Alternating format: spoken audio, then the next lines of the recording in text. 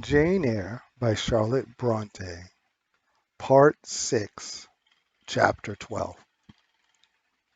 The promise of a smooth career, which my first calm introduction to Thornfield Hall seemed to pledge, was not belied on a longer acquaintance with this place and its inmates. Mrs. Fairfax turned out to be what she appeared, a placid-tempered, kind-natured woman of competent education and average intelligence. My pupil was a lively child who had been spoilt and indulged, and therefore was sometimes wayward, but as she was committed entirely to my care, and no injudicious interference from any quarter ever thwarted my plans for her improvement, she soon forgot her little freaks and became obedient and teachable. She had no great talents, no marked traits of character, no peculiar development or feelings or tastes which raised her 1 inch above the ordinary level of childhood. But neither had she any deficiency or vice which sunk her below it. She made reasonable progress, entertained for me a vivacious, though perhaps not very profound, affection, and by her simplicity, gay prattle, and efforts to please, inspired me in return with a degree of attachment sufficient to make us both content in each other's society. This, pa parenthese, will be thought cool language by persons who entertain solemn doctrines about the angelic nature of children and the duty of those charged with their education to conceive for them an idolatrous devotion. But I am not writing to flatter parental egotism, to echo cant, or prop up humbug. I am merely telling the truth. I felt a conscientious solicitude for Adele's welfare and progress, and a quiet liking for her little self, just as I cherished towards Mrs. Fairfax a thankfulness for her kindness and a pleasure in her society proportionate to the tranquil regard she had for me and the moderation of her mind and character. Anybody may blame me who likes when I add further that now and then, when I took a walk by myself in the grounds, when I went down to the gates and looked through them along the road, or when, while Adele played with her nurse and Mrs. Fairfax made jellies in the storeroom, I climbed the 3 staircases, raised the trap door of the attic, and having reached the leads, looked out afar over sequestered field and hill, and along dim skyline, that then I longed for a power of vision which might overpass that limit, which might reach the busy world, towns, regions full of life I had heard of but never seen. That then I desired more of practical experience than I possessed, more of intercourse with my kind, of acquaintance with a variety of character than was here within my reach. I valued what was good in Mrs. Fairfax and what was good in Adele, but I believed in the existence of other and more vivid kinds of goodness, and what I believed in I wished to behold. Who blames me? Many, no doubt, and I shall be called discontented. I could not help it. The restlessness was in my nature. It agitated me to pain sometimes. Then my sole relief was to walk along the corridor of the 3rd story, backwards and forwards, safe in the silence and solitude of the spot, and allow my mind's eye to dwell on whatever bright visions rose before it. And, certainly, there were many, and glowing, to let my heart be heaved by the exultant movement, which, while it swelled it in trouble, expanded it with life, and, best of all, to open my inward ear to a tale that was never ended, a tale my imagination created and narrated continuously, quickened with all of incident, life, fire, feeling, that I desired and had not in my actual existence.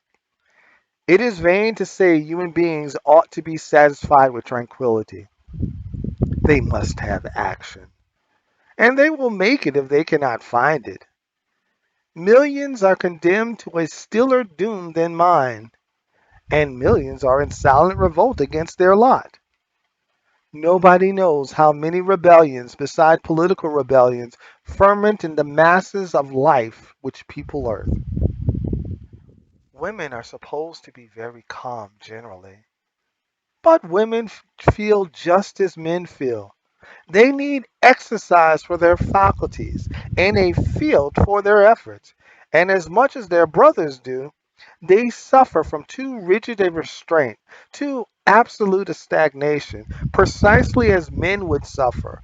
And it is narrow minded in their more privileged fellow creatures to say that they ought to confine themselves to making pudding and knitting stocking, to playing on the piano and broidering bags.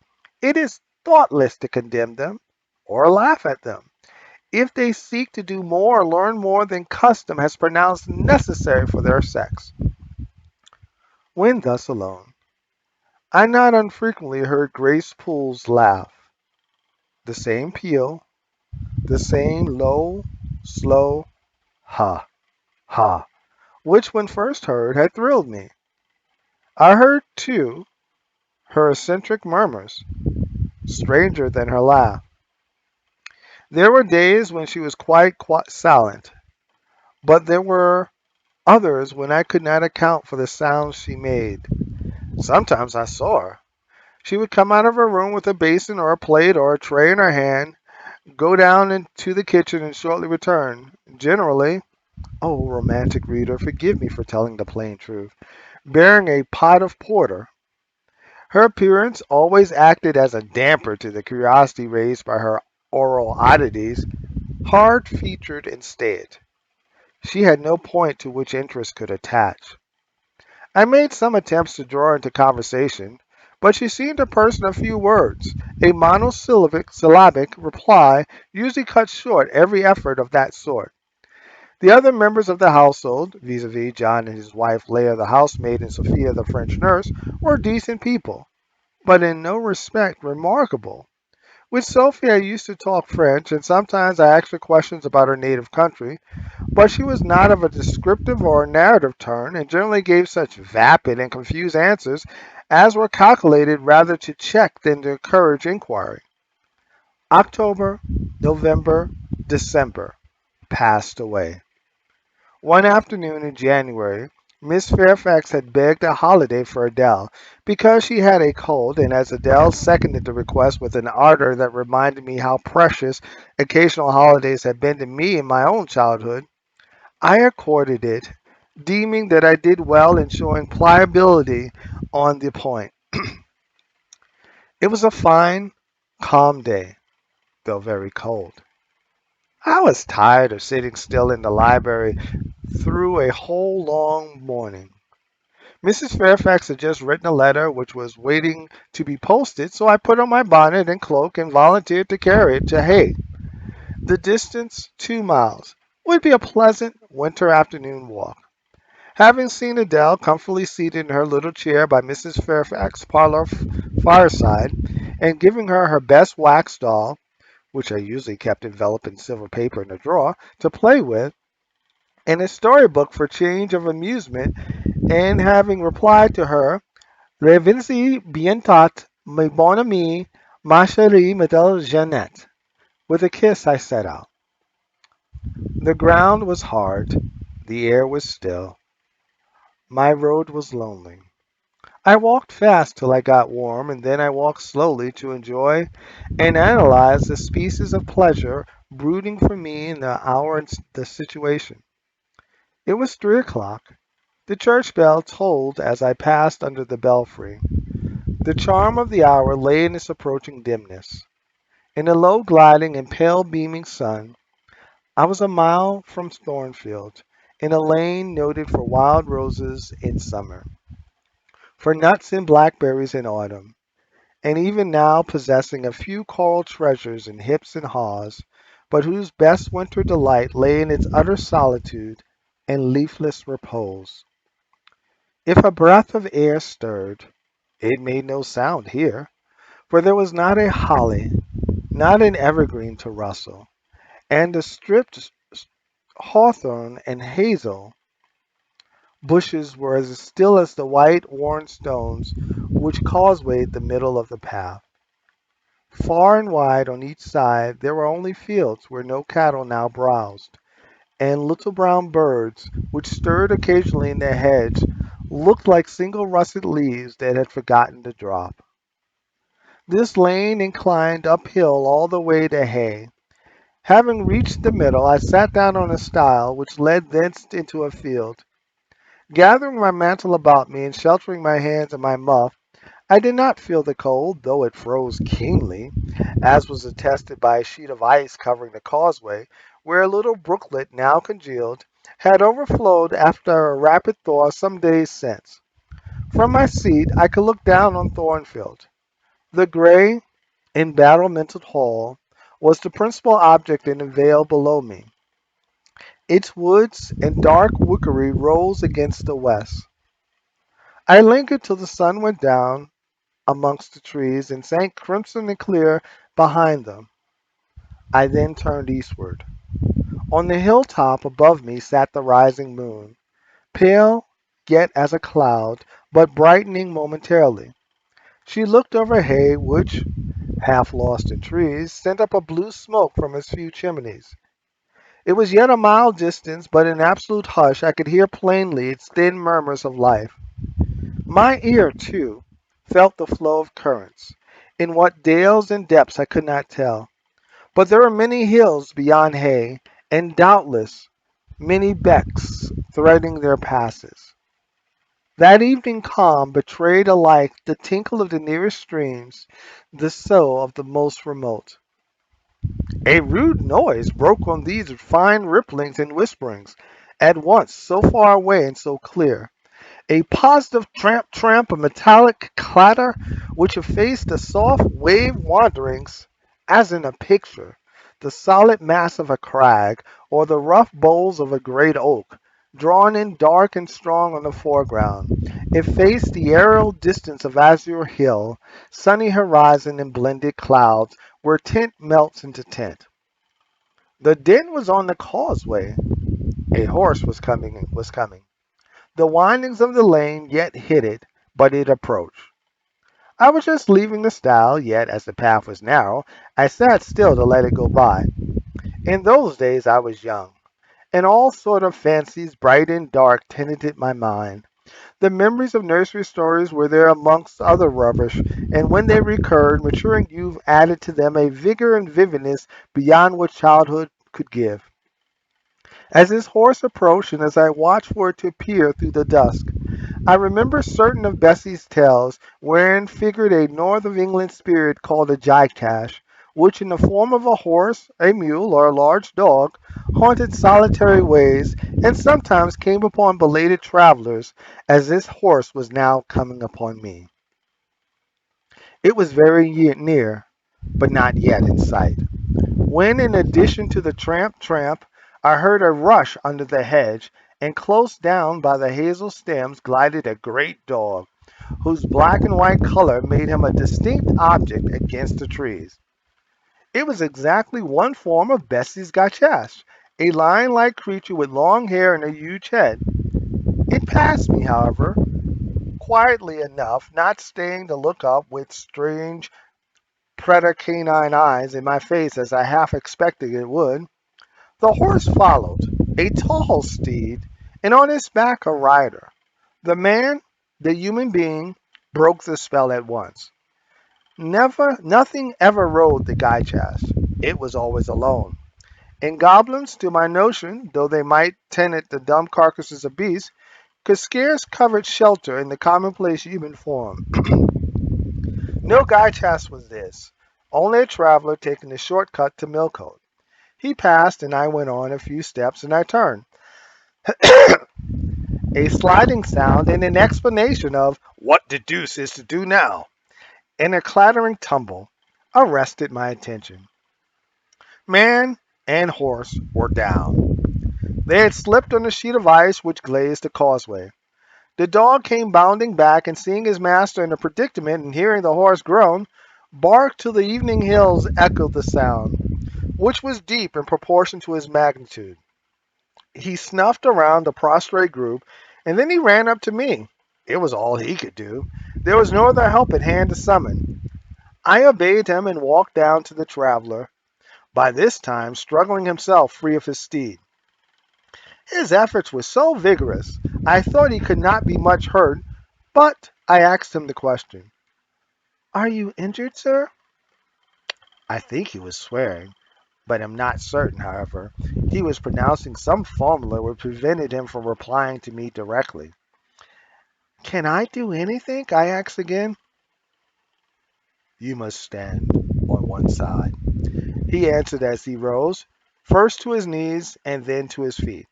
I did, whereupon began a heaving, stamping, clattering process, accompanied by a barking and baying which removed me effectually some yards distance, but I would not be driven quite away till I saw the event. This was finally fortunate. The horse was re-established, and the dog was silenced with a "Down, Pilot." The traveler now, stooping, felt his foot and leg, as if trying whether there was sound. Apparently something ailed him, for he halted to the stile whence I had just ridden, and sat down. I was in the mood for being useful, or at least officious, I think, for I now drew near him again. If you are hurt and want help, sir, I can fetch someone either from Thornfield Hall or from Hay. Thank you. I shall do. I have no broken bones, only a sprain. And again he stood up and tried his foot, but the result exerted an involuntary "Ugh!" Something of daylight still lingered, and the moon was waxing bright. I could see him plainly. His figure was enveloped in a riding cloak, fur-collared and steel clasped. Its details were not apparent, but I traced the general points of middle height and considerable breadth of chest. He had a dark face, with stern features and a heavy brow. His eyes and gathered eyebrows looked ireful and thwarted just now. He was past youth, but had not reached middle age. Perhaps he might be 35. I felt no fear of him, and but little shyness. Had he been a handsome, heroic-looking young gentleman, I should not have dared to stand thus questioning him against his will, and offered my services unasked.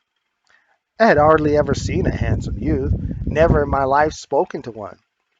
I had a theoretical reverence and homage for beauty, elegance, gallantry, fascination, but had I met those qualities incarnate in masculine shape, I should have known instinctively that they neither had nor could have sympathy with anything in me, and should have shunned them as one would fire, lightning, or anything else that is bright but antipathetic.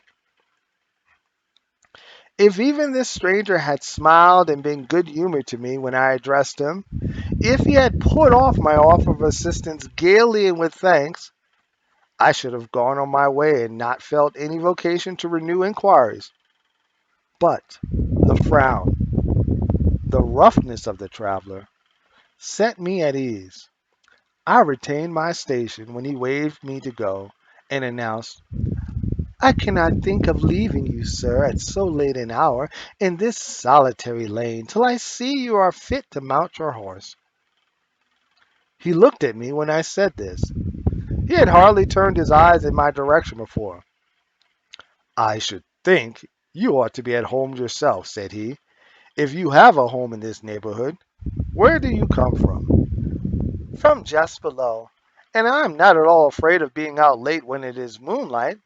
I will run over the hay for you with pleasure if you wish it. Indeed, I am going there to post a letter. You live just below? Do you mean at the house with the battlements?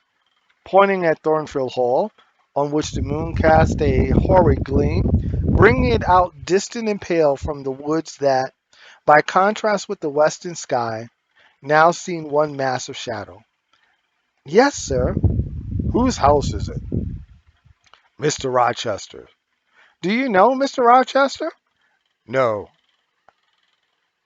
Do you know Mr. Rochester? No, I have never seen him. He is not resident, then? No. Can you tell me where he is? I cannot. You are not a servant of the hall, of course. You are. He stopped, ran his eye over my dress, which as usual was quite simple, A black merino cloak, a black beaver bonnet, neither of them half fine enough for a lady's maid. He seemed puzzled to decide what I was. I helped him. I am the governess. Ah, the governess, he repeated. Deuce take me if I had not forgotten the governess. And again my arraignment underwent scrutiny. In 2 minutes he rose from the stile. His face expressed pain when he tried to move. I cannot commission you to fetch help, he said, but you may help me a little yourself, if you will be so kind. Yes, sir. You have not an umbrella that I can use as a stick. No. Try to get hold of my horse's bridle and lead him to me.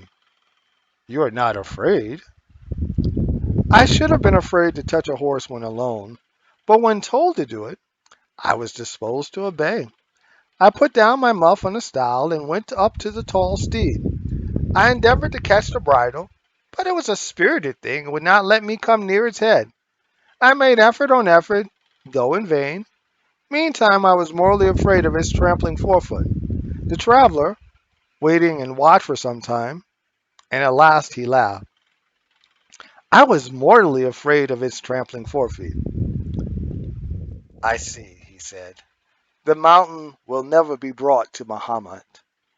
So all you can do is to aid Muhammad to go to the mountain. I must beg you to come here. I came. Excuse me, he continued. Necessity compels me to make you useful. He laid a heavy hand on my shoulder, and leaning on me with some stress, limped to his horse. Having once caught the bridle, he mastered it directly and sprang to his saddle, grimacing grimly as he made the effort, for it wrenched his sprain. Now, said he, releasing his under lip from a hard bite, just hand me my whip. It lies there under the hedge. I sought it and found it. Thank you. Now make haste with the letter to Hay, and return as fast as you can. A touch of a spurred heel made his horse first start in rear, and then bound away. The dog rushed in his traces. All three vanished, like heath that, in the wilderness, the wild wind whirls away. I took up my muff and walked on. The incident had occurred and was gone for me.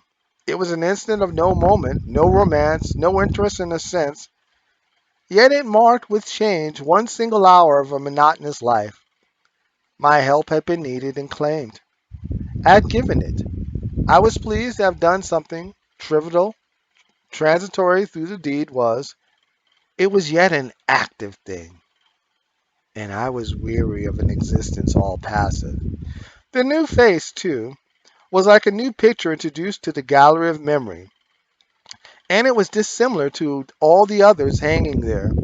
Firstly, because it was masculine, and secondly, because it was dark, strong, and stern.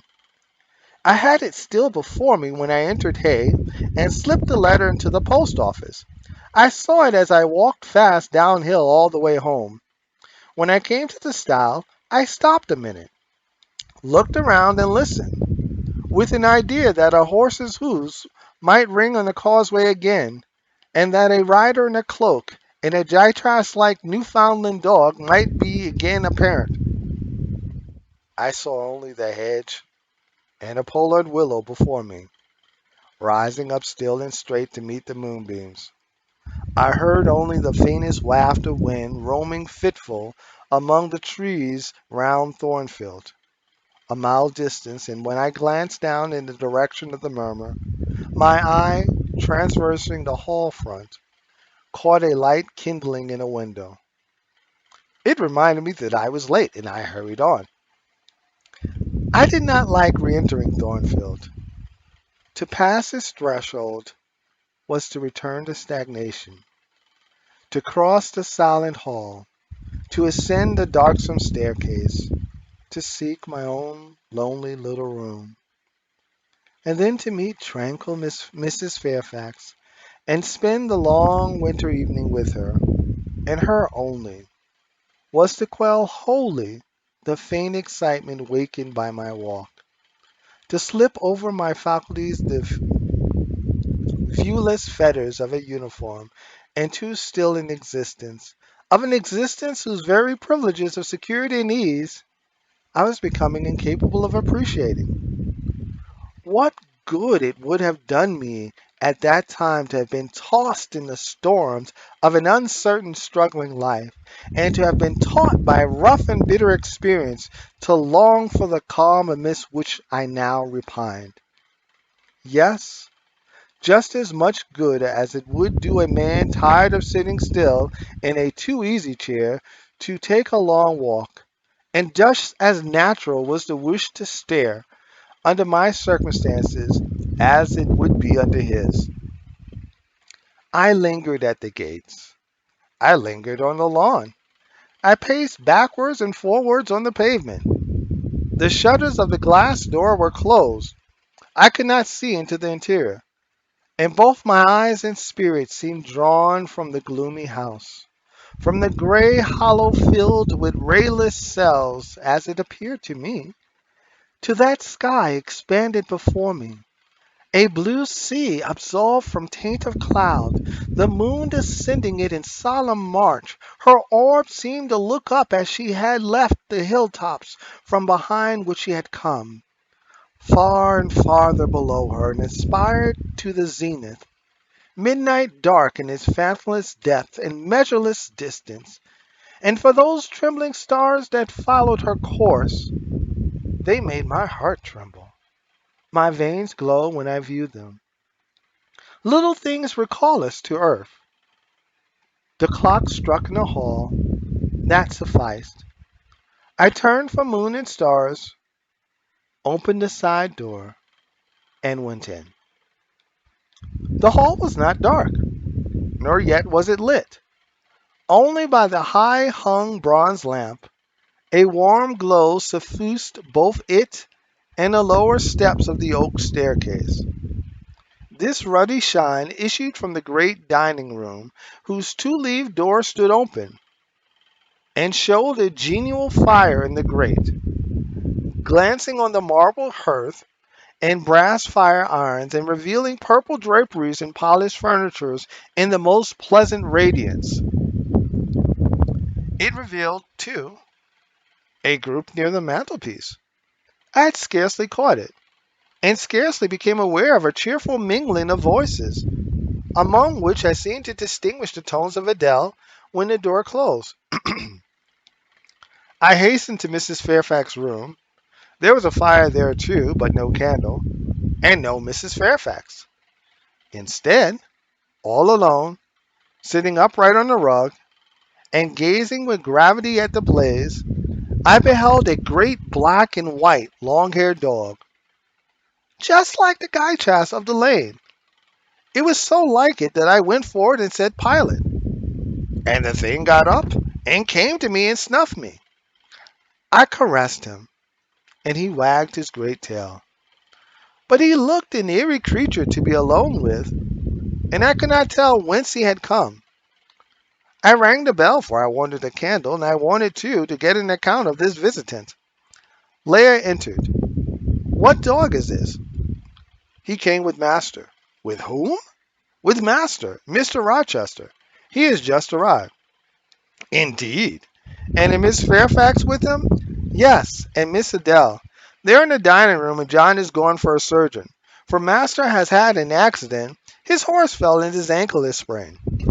Did the horse fall in Hay Lane? Yes, coming downhill. It slipped on some ice. Ah, bring me a candle, will you, Leah? Leah brought it. She entered, and followed by Mrs. Fairfax, who repeated the news, adding that Mr. Carter, the surgeon, was come, and was now with Mr. Rochester. Then she hurried out to give orders about tea, and I went upstairs to take off my things. Chapter 13. Mr. Rochester, it seems, by the surgeon's orders, went to bed early that night, nor did he rise soon the next morning. When he did come down, it was to attend to business.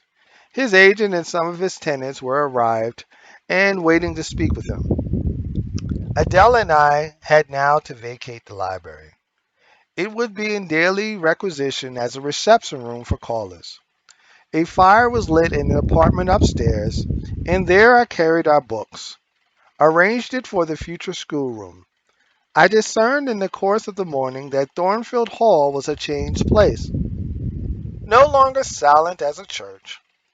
It echoed every hour or two to a knock at the door, or a clang of a bell.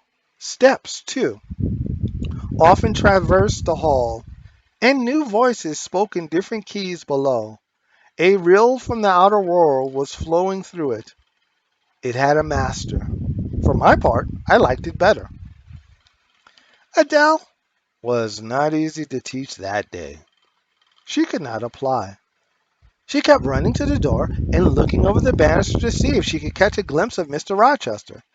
Then she coined pretexts to go downstairs in order, as I shrewdly suspected, to visit the library where I knew she was not wanted. Then, when I got a little angry and made her sit still, she continued to talk incessantly of her ami, Monsieur Edwin Fairfax de Rochester, as she dubbed him. I had not before heard his praenomes, and to conjecture what presents he had brought her, for it appeared he had intimated the night before that when his luggage came from Millcote there would be found amongst it a little box in whose contents she had an interest. Et cela doit significa, said she, qu'il y aura les dans un carré pour me, et peut-être pour vous aussi, mademoiselle.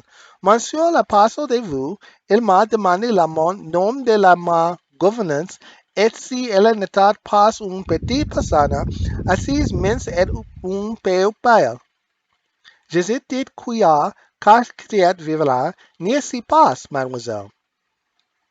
I and my pupil dined as usual in Mrs. Fairfax's parlor. The afternoon was wild and snowy, and we passed it in the schoolroom.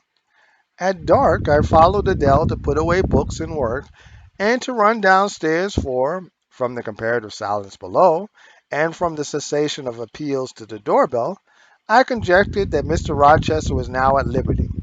Left alone, I walked to the window. But nothing was to be seen thence. Twilight and snowflakes together thickened the air, and hid the very shrubs on the lawn. I let down the curtain, and went back to the fireside. In the clear embers I was tracing a view, not unlike a picture I remembered to have seen in the castle of Heidelberg on the Rhine, when Mrs. Fairfax came in, breaking up her entrance the fiery mosaic I had been piecing together, and scattered too some heavy unwelcome thoughts that were beginning to throng on my solitude. Mr. Rochester would be glad if you and your pupil would take tea with him in the drawing-room this evening, said she. He has been so much engaged all day that he could not ask to see you before. When is his tea time? I inquired. Oh, at 6 o'clock. He keeps early hours in the country. You had better change your frock now. I will go with you and fasten it. Here is a candle. Is it necessary to change my frock? Yes, you had better. I always dress for the evening when Mr. Rochester is here. This additional ceremony seemed somewhat stately, however. I repaired to my room, and with Mrs. Fairfax's aid, replaced my black stuff dress by one of black silk, the best and the only additional one I had, except one of light gray, which, in my lowered notions of the toilet, I thought too fine to be worn except on first-rate occasions. You want a brooch, said Mrs. Fairfax. I had a single little pearl ornament which Miss Temple gave me as a parting keepsake. I put it on and then went downstairs. Unused as I was to strangers, it was rather a trial to appear thus formally summoned in Mr. Rochester's presence.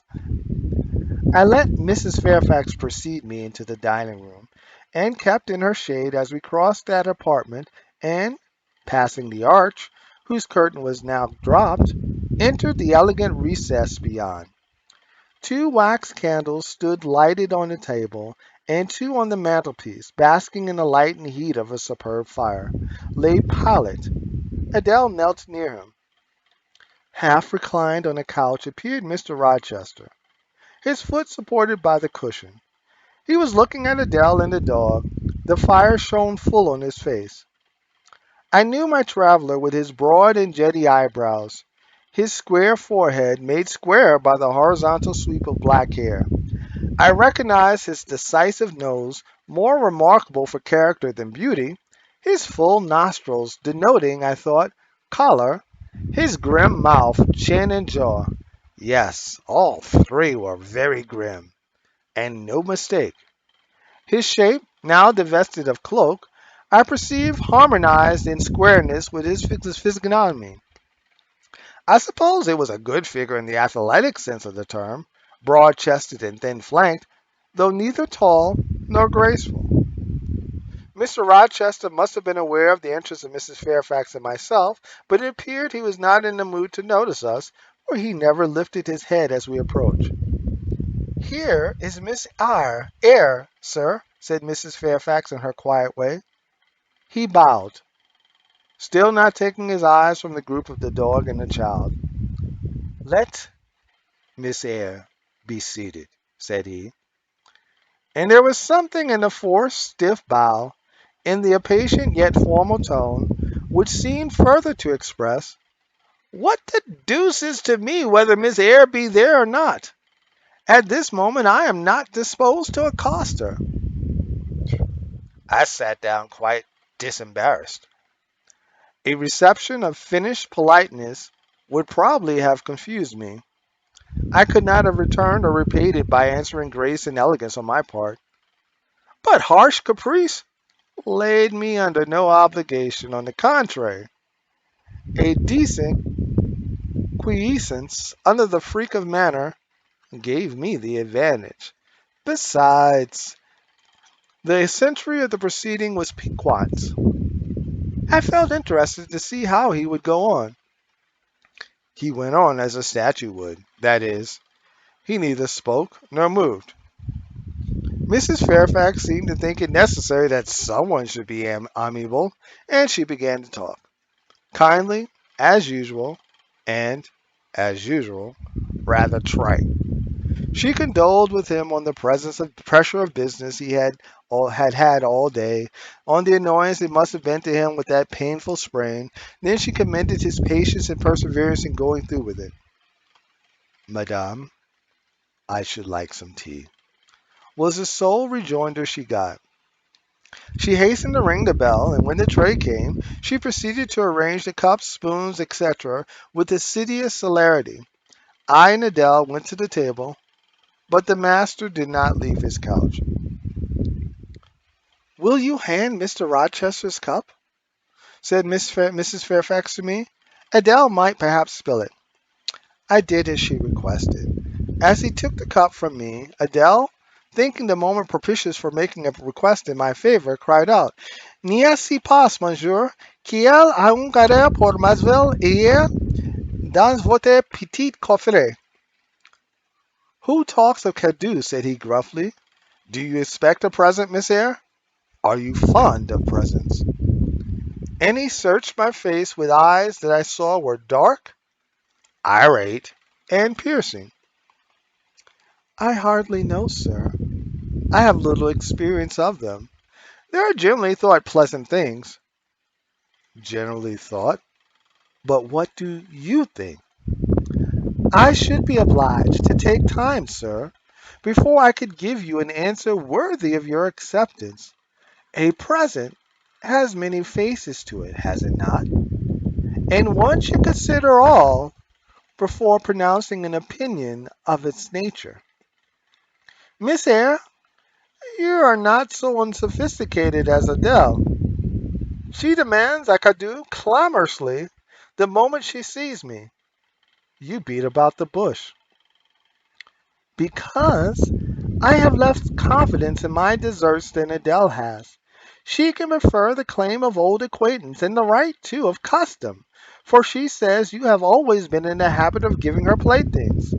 But if I had to make out a case, I should be puzzled, since I am a stranger and have done nothing to entitle me to an acknowledgment." "Ah, don't fall back on over modesty. I have examined Adele, and find you have taken great pains with her. She is not bright, she has no talents, Yet in short time she has made much improvement. Sir, you have now given me my cadeau. I am obliged to you. It is the meed teachers most covet, praise of their pupils' progress. Said Mr. Rochester as he took his tea in silence. Come to the fire, said the master when the tray was taken away.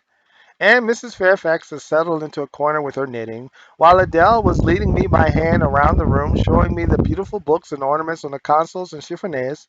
We obeyed, as in duty bound.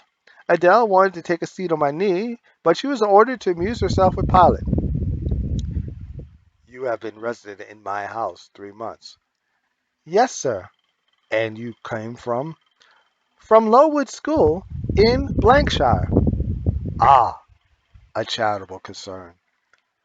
How long were you there? 8 years. 8 years? You must be tenacious of life. I thought half the time in such a place would have done up any constitution. No wonder you have rather the look of another world. I marveled where you had got that sort of face. When you came on me in Hay Lane last night, I thought unaccountably of fairy tales, and had half a mind to demand whether you had bewitched my horse. I am not sure yet. Who are your parents? I have none. Nor ever had, I suppose. Do you remember them? No, I thought not. And so you were waiting for your people when you sat on the stile. For whom, sir? For the men in green. It was a proper moonlight evening for them. Did I break through one of your rings that you spread that damned ice on the causeway? I shook my head. The men in green all forsook England 100 years ago, said I, speaking as seriously as he had done. And not even in Hay Lane or the fields about it could you find a trace of them. I don't think either summer or harvest or winter moon will ever shine on their revels more.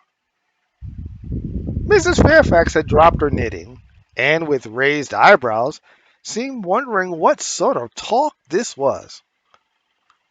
Well, resumed Mr. Rochester, if you disown parents, you must have some sort of kinfolk. Uncles and aunts? No, none that I have ever saw. And your home? I have none. Where do your brothers and sisters live? I have no brothers and sisters. Who recommended you to come here? I advertised, and Mrs. Fairfax answered my advertisement. Yes, said the good lady, who now knew what ground we were upon, and I am dearly thankful for the choice Providence led me to make. Miss Eyre has been an invaluable companion to me, and a kind and careful teacher to Adele. Don't trouble yourself to give her a character, returned Mr. Rochester. Eulogisms would not bias me. I shall judge for myself.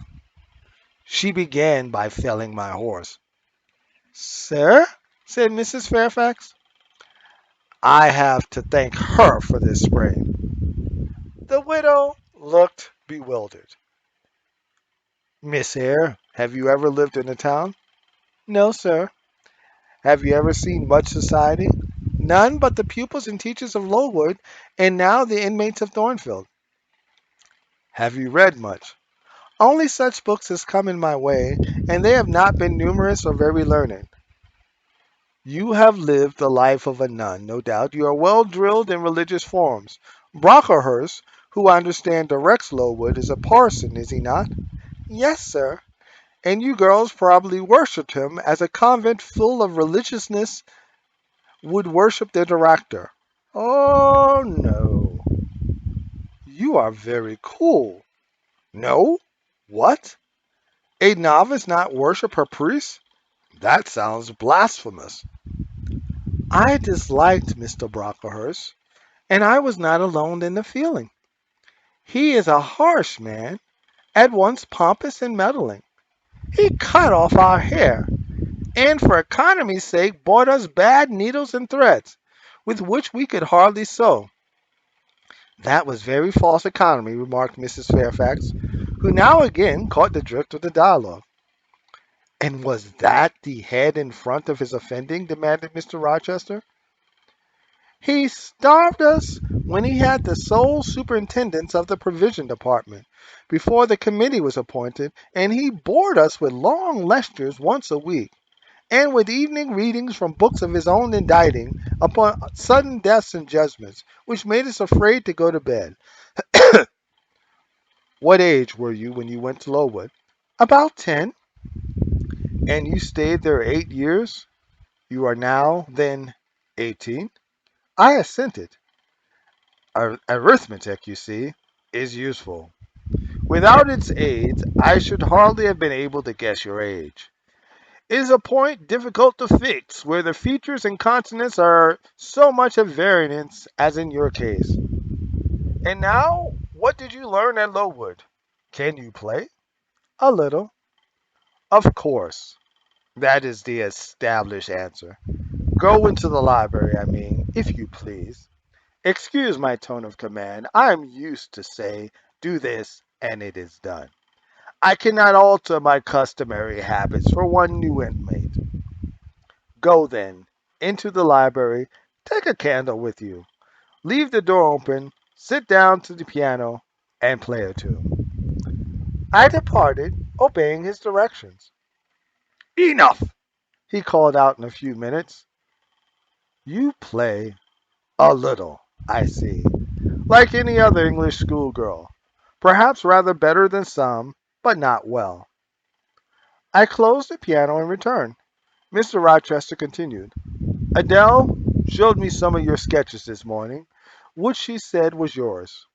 I don't know whether they were entirely of your doing. Probably a master aided you. No, indeed, I interjected. Ah, that pricks pride. Well, fetch me your portfolio if you can. Vouch for its contents being original, but don't pass your word unless you are certain. I can recognize patchwork. Then I will say nothing, and you shall judge for yourself, sir. I bought the portfolio from the library. Approach the table, said he, and I wheeled it to his couch. Adele and Mrs. Fairfax drew near to see the pictures. No crowding, said Mr. Rochester. Take the drawings from my hand as I finish with them, but don't push your faces up to mine. He deliberately scrutinized each sketch and painting. 3 he laid aside. The others, when he had examined them, he swept from them. Take them off to the other table, Mrs. Fairfax, said he, and look at them with Adele. You, glancing at me, resume your seat and answer my questions. I perceive those pictures were done by one hand. Was that hand yours? Yes. And when did you find time to do them? They have taken much time and some thought. I did them in the last 2 vacations I spent at Lowood, when I had no other occupation. Where did you get your copies? Out of my head. That head I see now on your shoulders?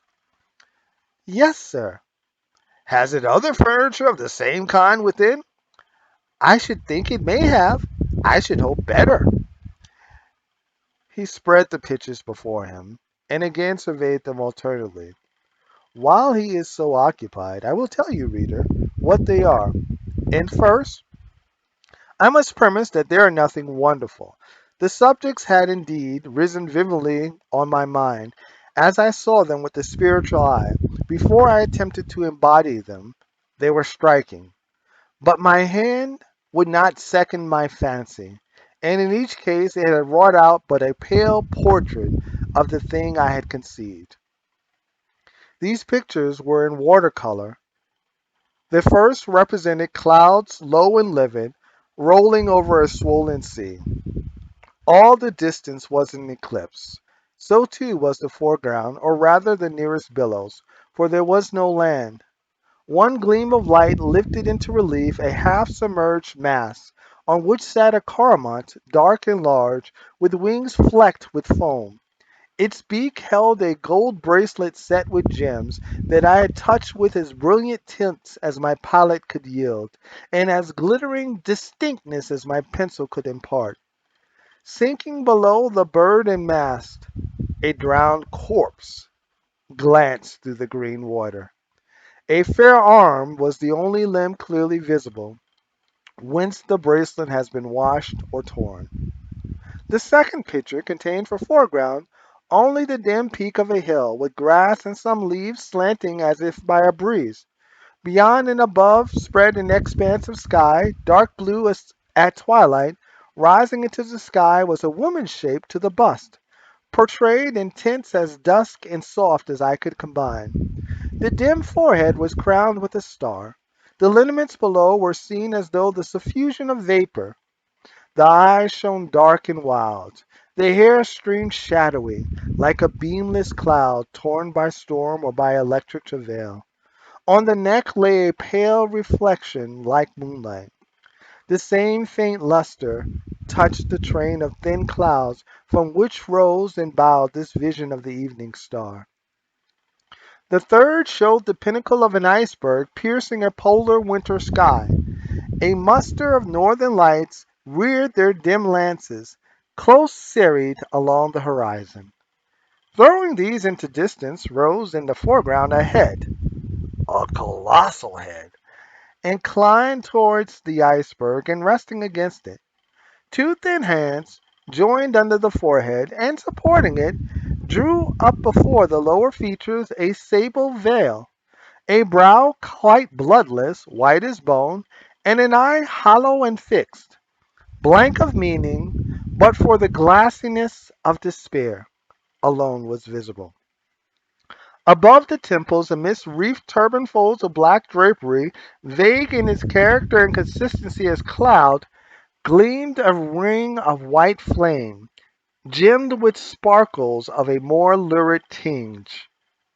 This pale crescent was the likeness of a kingly crown.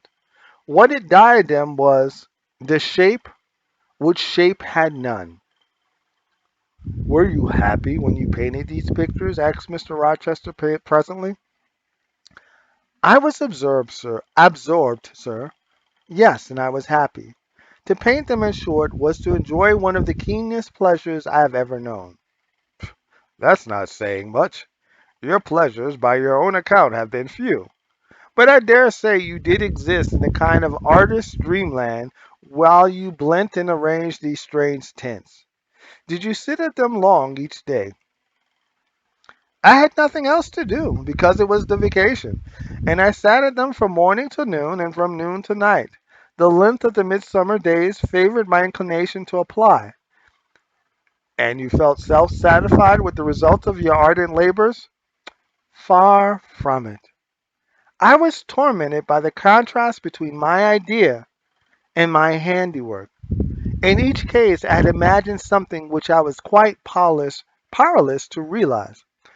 "Not quite. You have secured the shadow of your thought, but no more, probably. You had not enough of the artist's skill and science to give it full being. Yet the drawings are, for a schoolgirl, peculiar. As to the thoughts, they are elfish. These eyes and the evening star you must have seen in a dream. How could you make them look so clear and yet not at all brilliant? For the planet above quells their rays. And what meaning is that in their solemn depth? And who taught you to paint wind? There is a high gale in the sky and on this hilltop. Where did you see Latmos? For that is Latmos. There, put the drawings away." I had scarce tied the strings of the portfolio when, looking at his watch, he said abruptly, "It is 9 o'clock. What are you about, Miss Eyre, to let Adele sit up so long? Take her to bed." Adele went to kiss him before quitting the room. He endured the caress, but scarcely seemed to relish it more than Pilot would have done, nor so much. "I wish you all good night now," said he, making a movement of the hand toward the door in a token that he was tired of our company and wished to dismiss us. Mrs. Fairfield folded up her knitting. I took my portfolio. We curtsied to him, received a frigid bow in return, and so withdrew. You said Mr. Rochester was not strikingly peculiar, Mrs. Fairfax, I observed when I rejoined her in her room after putting Adele to bed. Well, is he? I think so. He is very changeful and abrupt. True, no doubt he may appear so to a stranger, but I'm so accustomed to his nature I never think of it. And then, if he has peculiarities of temper, allowances should be made. Why? Partly because it is his nature, and we can none of us help our nature, and partly because he has painful thoughts, no doubt to harass him and make his spirits unequal. What about? Family troubles for one thing. But he has no family. Not now, but he has had, or at least relatives. He lost his elder brother a few years since. His elder brother? Yes. The present Mr. Rochester had not been very long in possession of the property, only about 9 years. 9 years is a tolerable time. Was he so very fond of his brother as to be still inconsolable for his loss? Why, no. Well, perhaps not. I believe there were some misunderstandings between them. Mr. Roland Rochester was not quite just to Mr. Edward, and perhaps he prejudiced his father against him. The old gentleman was fond of money and anxious to keep the family estate together. He did not like to diminish the property by division, and yet he was anxious that Mr. Edward should have wealth too, to keep up the consequence of the name, and soon after he was of age, some steps were taken that were not quite fair, and made a great deal of mischief. Old Mr. Rochester and Mr. Rowland combined to bring Mr. Edward into what he considered a painful position for the sake of making his fortune. What the precise nature of the position was I never clearly knew, but his spirit could not brook what he had to suffer in it. He is not very forgiving. He broke with his family, and now for many years he has led an unsettled kind of life. I don't think he has ever been resident at Thornfield for a fortnight together since the death of his brother without a will left him master of the estate, and indeed no wonder he shuns the old place. Why should he shun it? Perhaps he thinks it gloomy. That answer was evasive. I should have liked something clearer, but Mrs. Fairfax either could not or would not give me more explicit information of the origin and nature of Mr. Rochester's trials. She averred they were a mystery to herself, and that what she knew was chiefly from conjecture. It was evident, indeed, that she wished me to drop the subject, which I did accordingly. The end of chapter 13.